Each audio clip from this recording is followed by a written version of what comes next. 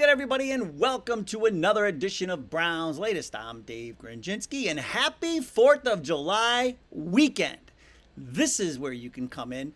There won't be any fireworks, but you can get caught up on some of the latest news involving the Cleveland Browns, and then you also get a take or two along the way. We try to get it all done. I used to say in about 10 minutes, now it's around 15 minutes. But I don't know, somewhere between 10 and 15 minutes. You'll be free to go about your weekend. But thank you to everyone who has liked our previous episodes, who has subscribed to the channel. Getting there, getting close to 7,000. Making the climb. I feel like we're on The Price is Right, the yodeler guy who's going up the mountain. That's us. We're going to 7,000 up the mountain. Like the yodeler guy. I need the yodel music playing behind me. And then everybody who gets into the viewer comments, I really appreciate your thoughts. Coming up on today's show, it won't be ready for play until 2029, but the Browns' new stadium already has a nickname. How about this? Everybody's first thought when Andrew Berry's name comes up is that he's a sketchy general manager. But after looking into it, I'm not so sure. I'll also share with you, outside of the quarterbacks we've missed, I get all that.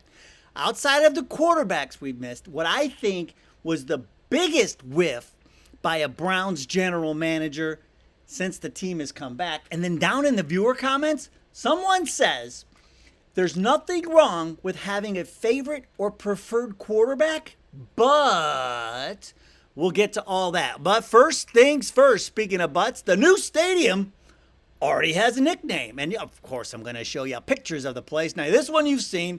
And right now, they're going to call it Brownstown. That's what the site will be called, because it is going to be a little town. And you'll see in some of the pictures that are coming up. But this kind of leaked out. They're doing a show, a 10-part podcast series called Building Brownstown, which will show like behind the scenes, the preparations and everything that's going on. It's supposed to feature Jimmy and Dee Haslam discussing the decision to relocate. But here are some other pictures. Here's from one of the end zones. There you can see the glass roof. This place is going to be ridiculous. And then the outside. Now, this is why it's going to be called Brownstown, because it's going to be like a city within the city. All of these things built around it, the shops, the hotel, the restaurants, all kinds of stuff, And so I think the name is great. I think it's very appropriate, Brownstown. And here's an aerial view. That's what it'll look like at night, all lit up. They'll have concerts, all kinds of things coming through here. Hey, we might get a Super Bowl. We may get NCAA Final Fours, all kinds of things you could do at this place, but it will be called Brownstown, and I am okay with that. Now, another thing that many of you are probably not okay with is our general manager situation. And so this all started with a graphic that you'll see here in a minute, sent to me by the greatest talent evaluator that only I know. His name is Thraso Thrasavulu. He's always got his finger on the pulse of things, and he likes to send me things that he knows will get my blood boiling. And we'll show you that graphic in a minute. But I said, okay, this is a discussion on general managers, and of course we have one of those.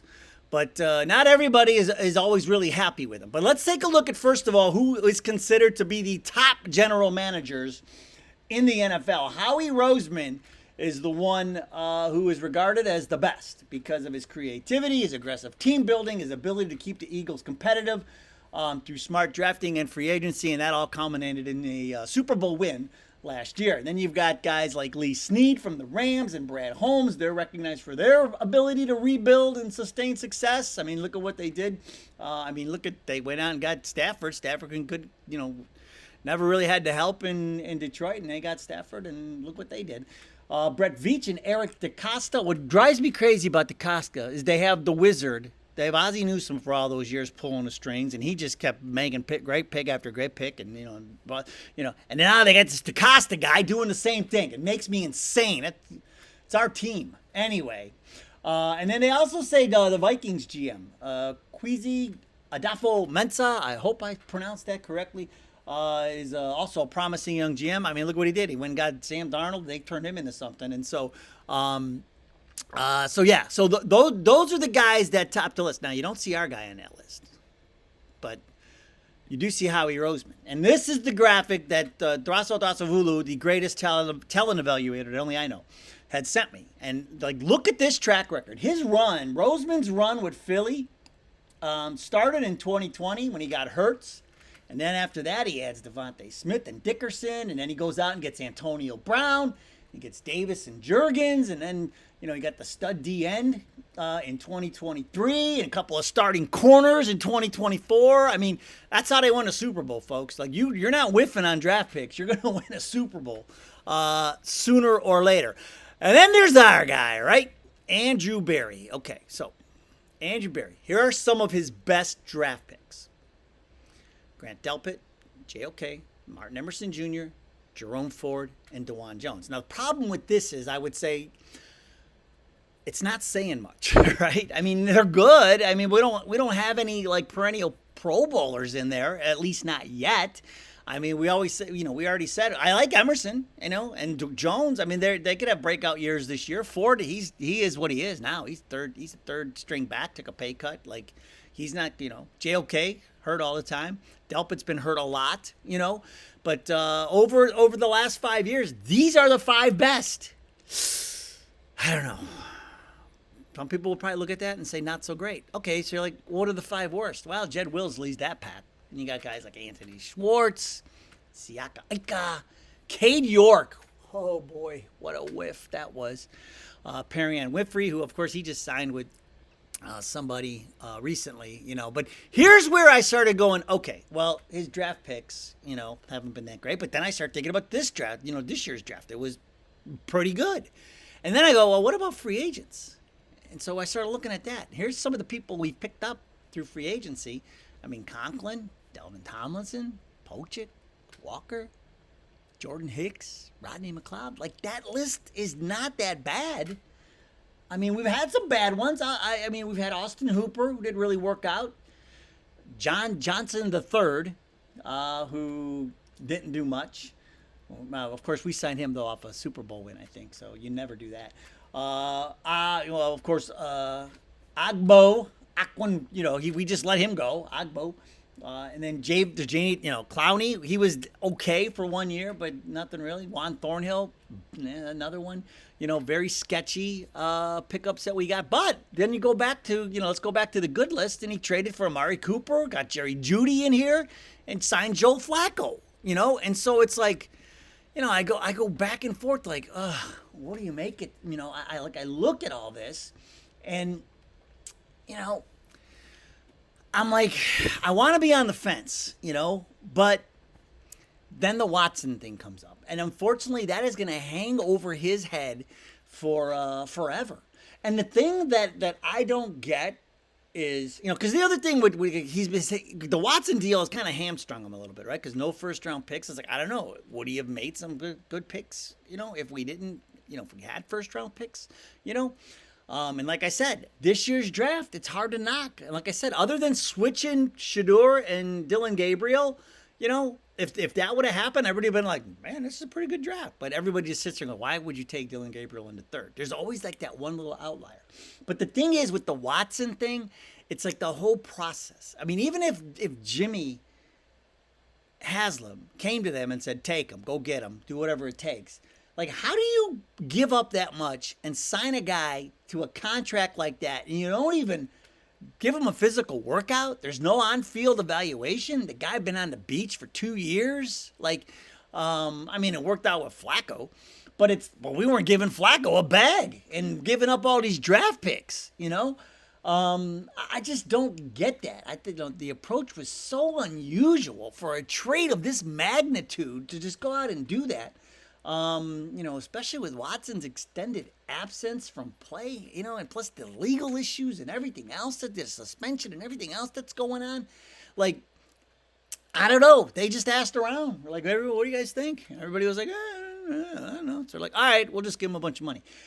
That's where I'm like, I don't know. So I will say, maybe this year's draft is the start of like the real Andrew Berry. Maybe he's learned from all of his mistakes, and next year we'll be talking about him on that graphic, and maybe he'll be in the top 5 list of GMs in the league. And so, hey, Could be possible. But now, this has nothing to do with Andrew Berry.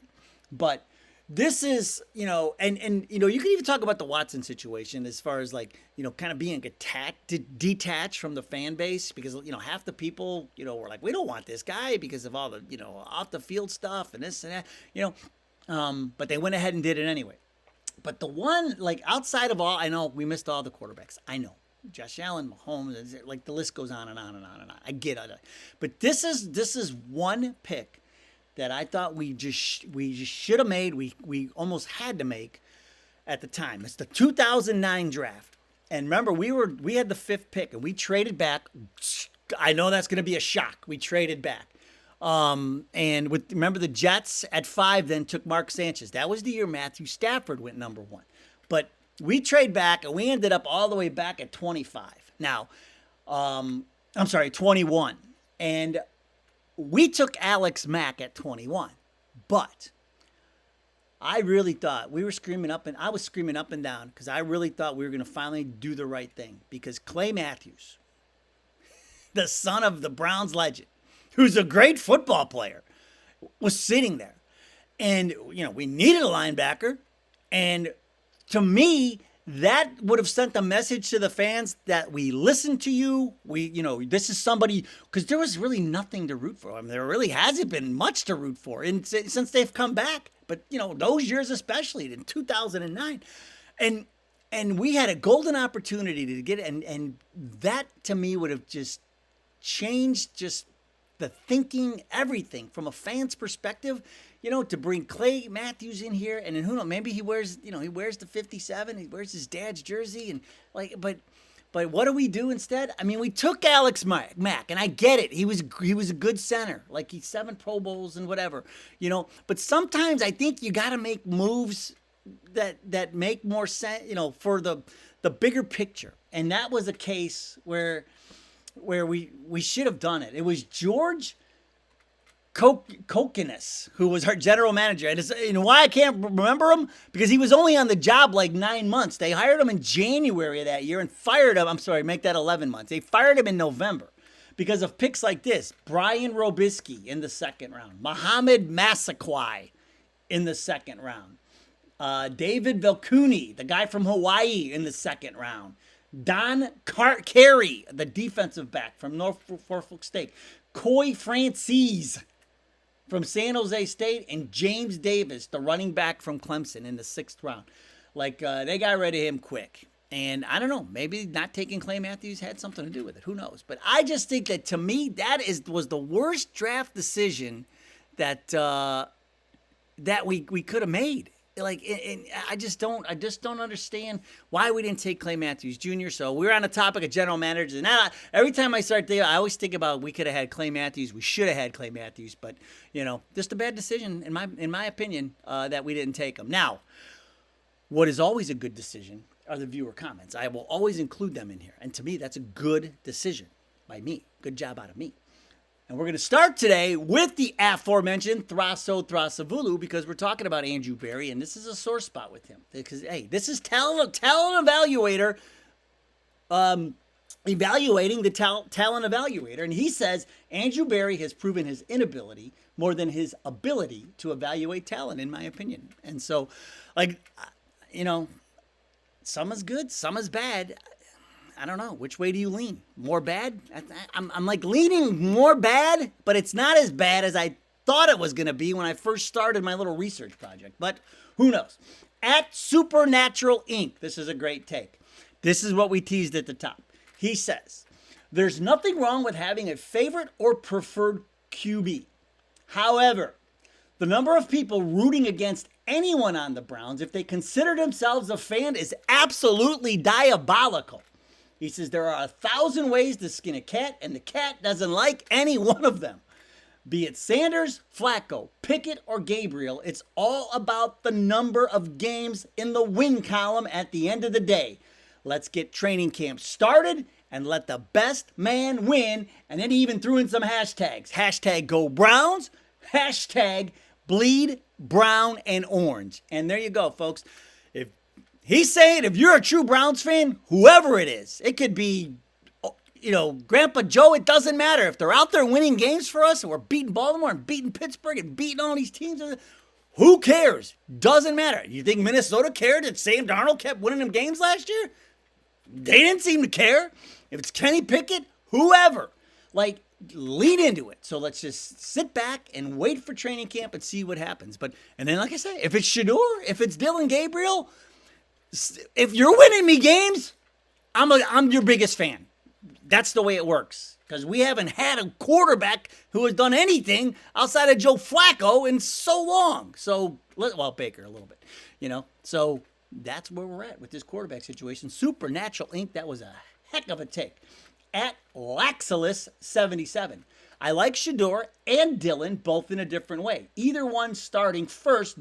Don't matter who it is. Whoever's better, that's my guy for the Browns rooting. That's who I'm rooting for. Woo woo. There you go. To echo the sentiments of Supernatural. Yeah, I think that's what we'll get. The closer we get to once they get back on the field, and we're just gonna have to see whoever's got it. All right, show me what you got. And if you keep showing me what you got, then fine. If you're not showing me, back to the end of the line. Let's go. Next up. So, it's like when you're waiting for next at the playground, right? I got next. You just sit there and wait. When that team comes off, you get out there and do your thing. And then we'll end with at William Thigidi. I think that's how you say it. He says, Daily Browns news and rumors. Truth. This will shock the NFL. Well, not really. You have a good podcast. Please skip the over-sensationalized nonsense. Well, here's the thing. I've mentioned this before. I don't do the thumbnails. But here's what I will always tell you. Actual and factual. Once you get through the door, it's like when you go to the the Cancun airport and you get there, and before you could start having all the fun, you got to get through all the people that are trying to sell you everything in the airport. You got to tell your mother-in-law, don't talk to those people. They're going to try and sell you an excursion or something. Just keep walking. Keep your head down and keep walking. That's the thumbnail. Get through it, and then welcome to the fun. That's the way I look at it. But I appreciate the observation, William, and I appreciate your time today on a holiday weekend. Man, oh man, we're already at the 4th of July weekend in the training camp. We're only 14 days away from the rookies' 18th. The rookies will report on the 18th. So it's coming fast, folks, and things are going to start changing quickly. And before we know it, we'll be kicking it off. The NFL season, the new one, before we know it. Okay, that'll do it. Go Browns! We'll see you next time.